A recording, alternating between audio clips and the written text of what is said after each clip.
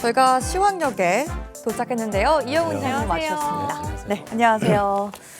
일단 그 전날에는 너무 시장이 많이 빠져서 정말 충격적이었는데 오늘 그래도 이사님이 나오시는 날 다행히 또 시장이 빠지진 않았습니다. 그렇죠? 조금 회복을 했죠. 그래도 좀 아쉽죠. 네, 아쉽긴 한데 그래도 뭐 빠지지 않았으니까 위안을 삼으면서 저희 시황 얘기를 해볼 텐데요. 일단 소폭 반등이라서 아쉬움은 당연히 있는 것 같고요. 그래도 좀 어느 정도 하락세가 진정된 것처럼 보이기는 하는데 좀 일시적인 반등일 건지 아니면 반등 분위기를 다음 주에도 이어갈 수 있을지 궁금해요. 일단 코스피 기준으로 봤을 때 2,299포인트가 그 120개월 그 차트 라인에 있거든요. 네. 그 얘기는 뭐냐면 월봉상으로 120개월 라인선에 있기 때문에 사실은 어저께 종가 지수에서 크게 빠지게 되면 추가 급락의 가능성이 있는 상황이었었기 때문에 지켜줘야 되는 어떤 그 지수대였었다라는 점.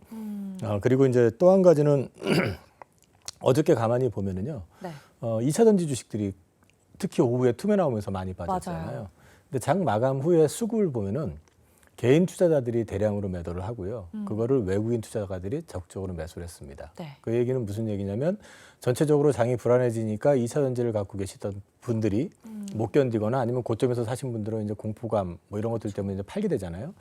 그런데 이제 외국인 투자자들이 포스코홀딩스 같은 경우도 한 25만 주 이상을 샀는데 그 근자에는 뭐 계속 팔아대기만 했지 사는 게 거의 없었는데 되게 이제 보면은 그게 숏 커버일 가능성이 있어 보여요 그동안에. 근데 이제 싸게 이제 많이 담았다라는 점은 어느 정도 바닥에 대한 시그널을 좀 보여주려고 했던 거 아니냐 지수대로 그런 느낌이 있고 그리고 외국인들 그 파생을 보면요. 그 파생 포지션을 놓고 보면은 어저께 그 푼 매도 즉 하방으로 떨어지는 걸 일정 수준에서 제어하려고 하는 움직임도 실제로 있었어요. 그래서 추가 급락 가능성보다는 좀 지금 정도 선에서 하방을 좀 지키려고 하는 어떤 느낌이 좀 있었고 그리고 이제 우리나라 증시가 플러스가 됐던 요인 중에 이제 될 가능성을 좀 봤었던 이유 중에 하나는 시간 외에서 아까 잠깐 말씀하셨지만 아마존도 그렇고 인텔 실적이 잘 나오면서 주가가 급등하면서 선물 가격이 많이 올랐고 미국 나스닥 선물이 또 하나는 어저께 미국 국채 금리가 갑자기 마이너스 전환해가지고 또 4.8대로 떨어졌었잖아요. 실제로 어저께 보면은 뭐 호재라고 할 건 없었는데 의외로 지금 어저께 그게 국채 금리가 떨어졌던 걸 보면은 미국 GDP가 4.9% 3분기 성장 나왔다 그러니까 갑자기 꺾였거든요. 근데 이제 그것도 역시 마찬가지로 그 내용을 열어보니까 성장의 큰 원인 중에 하나가 재고량, 그러니까 재고 축적. 그러면 재고 축적이 많았었다라는 얘기는 생각보다는 시장 전망치보다는 실제 내용은 좀 다를 수도 있다. 또 하나는 소비가 굉장히 주도를 했는데 이 소비 내용을 보면은 은행 미국민들이 지금 은행에 지금 잔고가 되게 많아가지고 여력이 많네 했었잖아요. 그게 그 전에 비해 가지고 절반으로 줄었어요. 그러니까 그만큼 소비 여력이 좀 줄었다라는 거. 이런 것들이 좀 이제 국채 쪽의 심리를 조금 다독인 측면이 있고 어저께 7년물인가 5년물 또 이제 발행을 했는데 그것도 생각보다는 좀 응찰률이 많아져가지고 그런 것들이 좀 긍정적으로 영향을 줬던 게 전반적으로 오늘 좀 반등의 좀 트리거 같은 것 같습니다.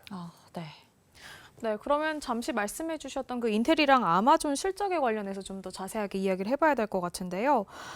인텔이랑 아마존 실적이 또 어떻게 나왔고 향후 가이던스에서 좀 주목할 포인트는 어떤 게 있는지도 궁금합니다.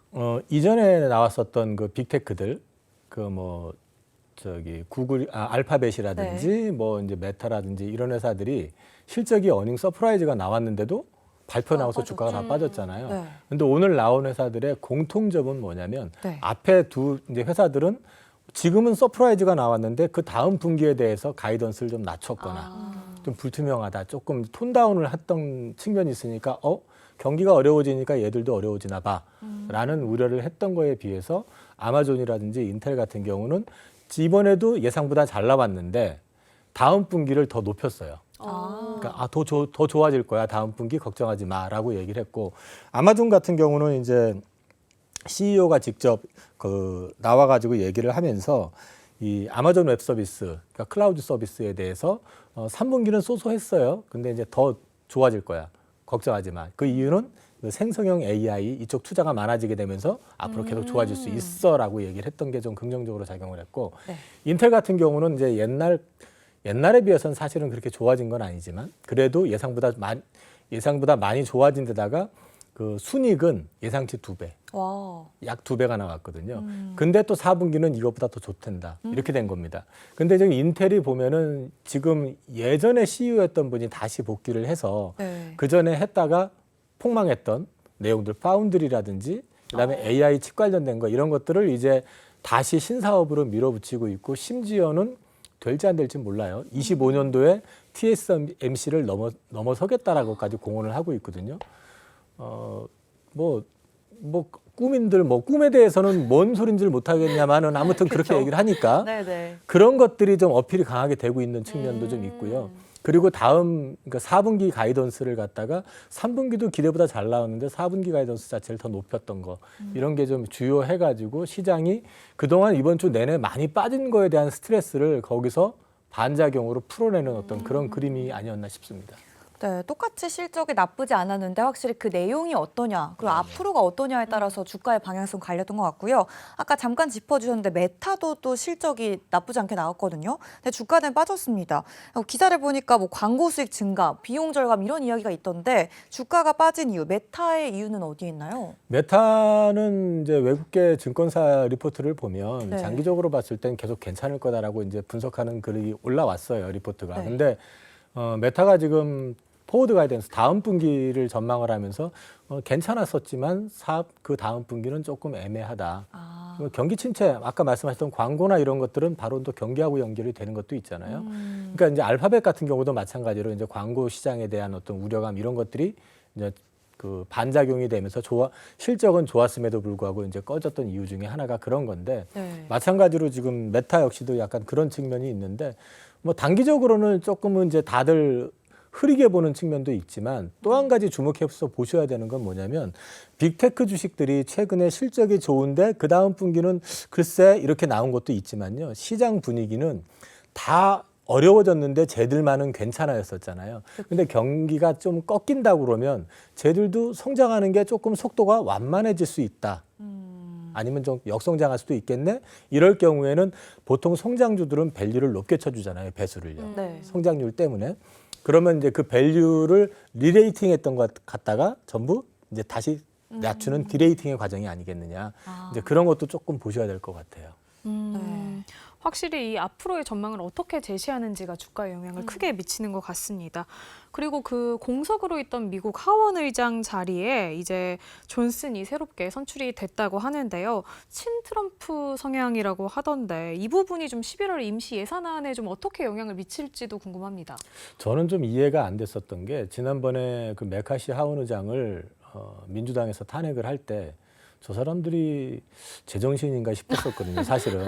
제정신인가? 이제 왜냐면은 메카시 하원 의장이 그동안 해왔던 스타일을 보면은 그렇게 좀 막가파식이 아니고 합리적인 어떤 공화당 내에서도 비교적 합리적인 인사라고 평가를 받았던 사람인데 쳐내고 난 다음에 기껏 다시 맞아들인 사람이 친 트럼프 정도가 아니라 지난번에 대선 불복을 주도했던 변호사 출신이거든요. 그러면 정말 강경파가 들어온 거거든요. 그렇네요. 그러면 여우 피하려다 호랑이 만난 격일 수도 있고 좀 되게 안 좋은 어떤 분위기를 연출할 수밖에 없고 당장에도 지금 내년도 예산안 깎겠다고 지금 밝히고 있는 상황이잖아요. 한판 붙자고 이제 벌써 치고 나오는 분위기인데 일단은 지금 기사 나온 거나 이런 내용을 종합해서 보면 지금 하원 의장이 되신 그 존슨이라는 분이 먼저 하는 게 당장에는 예산안 합의가 쉽지 않을 것 같으니까 그 45일 유예해놨던 거 그거를 기한을 연장하는 거를 아마 추진을 하려고 하는 것 같아요. 그럼 셧다운의 리스크를 조금 완충시키고 치고받고 나중에 다 그 안에서 협의하고 다투어가지고 이제 자기 목적을 관철시키려고 하겠죠. 그 가능성이 있어 보이고 그리고 지금 뭐 돌아가는 분위기상으로는 이전보다는 아주 스무스할 것 같지는 않다. 하지만 한 가지 보셔야 되는 건 지금 대선 앞이고요.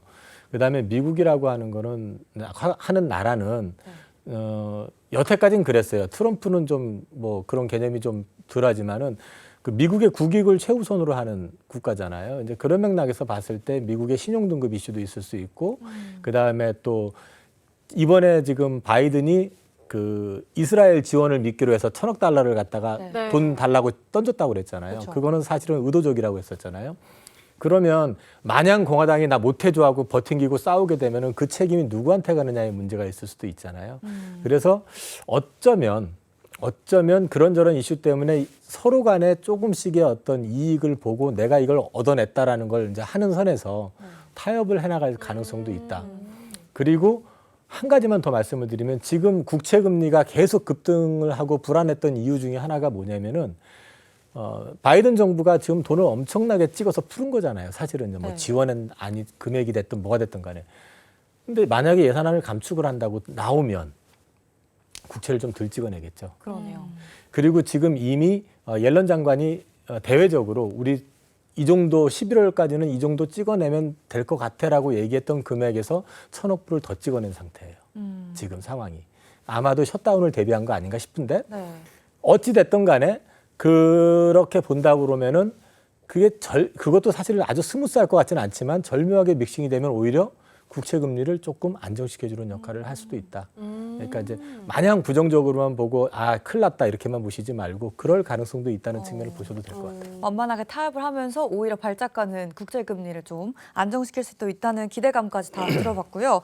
또 최근에 이제 이팔 전쟁 이슈는 조금 들어간 것 같긴 한데 최근에 이스라엘군이 이제 이틀 밤 연속 급습을 하면서 그래도 좀 지상전에 대한 우려, 전면전 확산 우려가 있는 것 같긴 해요. 네네. 사실 이런 우려감이 있을 때 국제 유가가 급격히 튀었었는데 이런 상황에서 유가는 2%대 하락세를 보이더라고요. 어떻게 국제 유가에 이제 미치는 영향이 제한적으로 좀 변한 걸까요? 원래 유가가 사실은 이스라엘 하마스 분쟁 있기 전에는 빠지는 추세였거든요. 그쵸. 그리고 네. 또 경기를 놓고 보면 경기가 정점을 찍고 약간 후퇴하는 뭐 소프트 랜딩이든 하드 랜딩이든 네. 그렇게 되면 유가가 오를 수 있는 여건은 아니잖아요. 그렇죠. 그런데 갑자기 분쟁 터지면서 그게 유가가 95달러까지 올라갔다가 다시 주저앉았잖아요. 네. 근데 이 주저앉은 이유를 놓고 보면은 지금 미국도 야 니들 싸워 하고 부추기는 건 아니에요. 그죠? 지상전 하면은 서로 좀 힘들어질 수 있어. 하지 마 이러고 있는 단계고.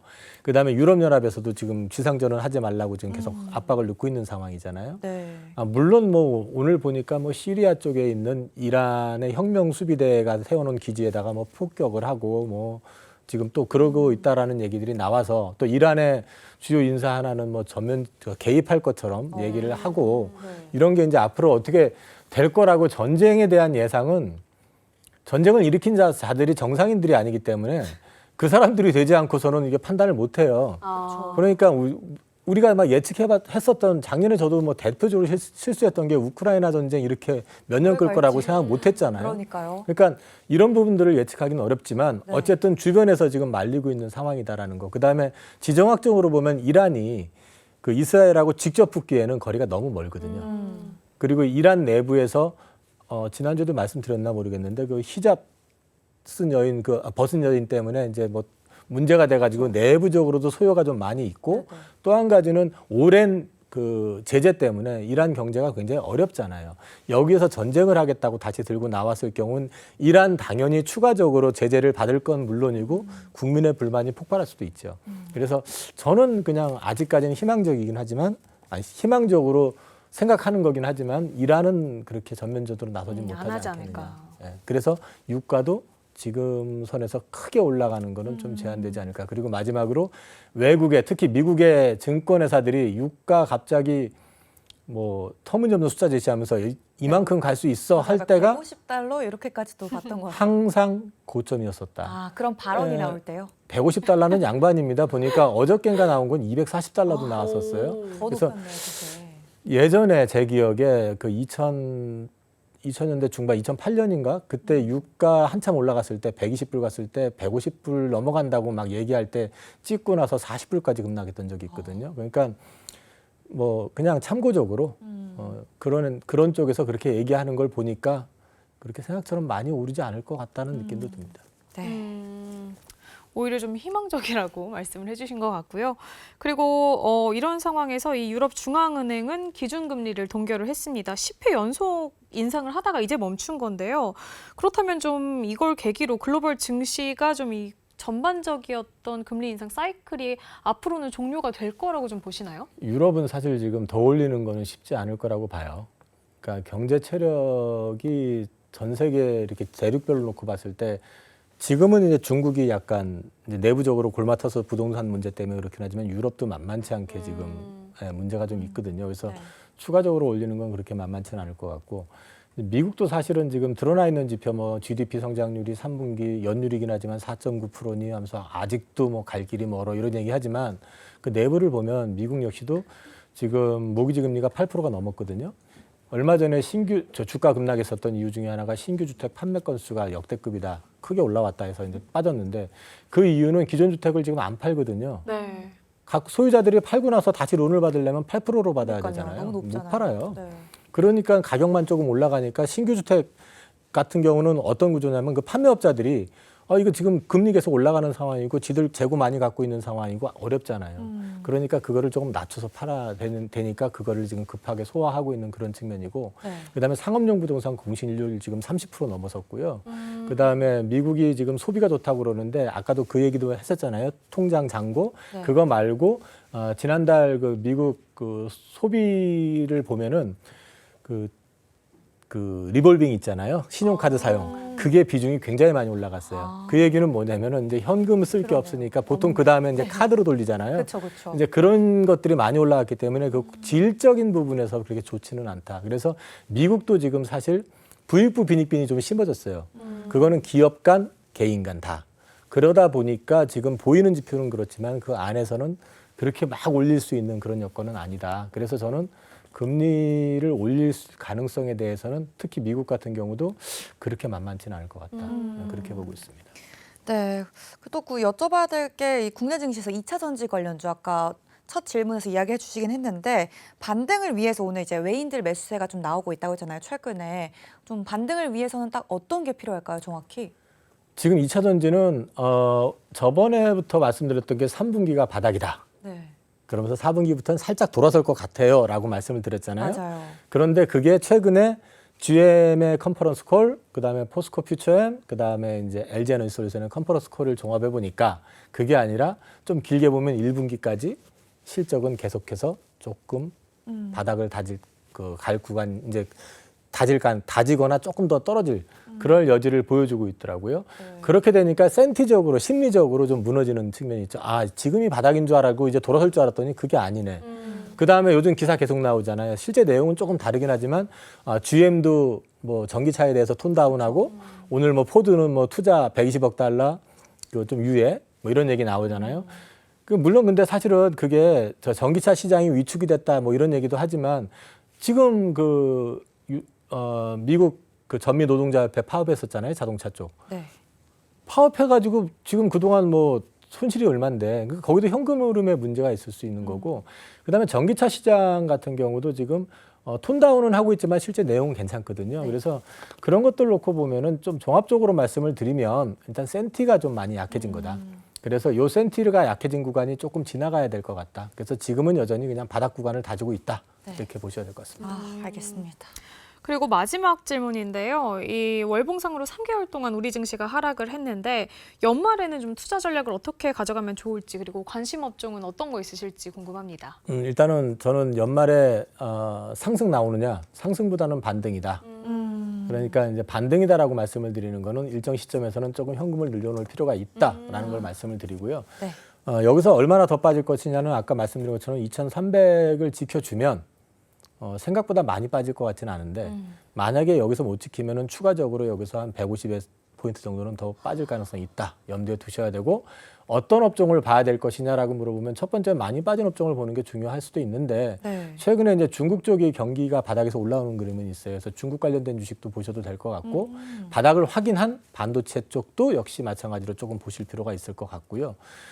아무래도 제일 좋은 거는 그걸 떠나가지고 실적이 계속 좋아지는 업종, 섹터를 보시는 게 좋을 것 같은데 4분기에 반등이 있어도 화려할 것 같지는 않으니까 너무 낙관하시지 마시라 이렇게 말씀드리겠습니다. 네, 상승보다는 반등. 딱 이걸 기억하면서 현금 비중이 기회가 생길 때 늘리는 걸 전략으로 삼아보시면 좋을 것 같습니다.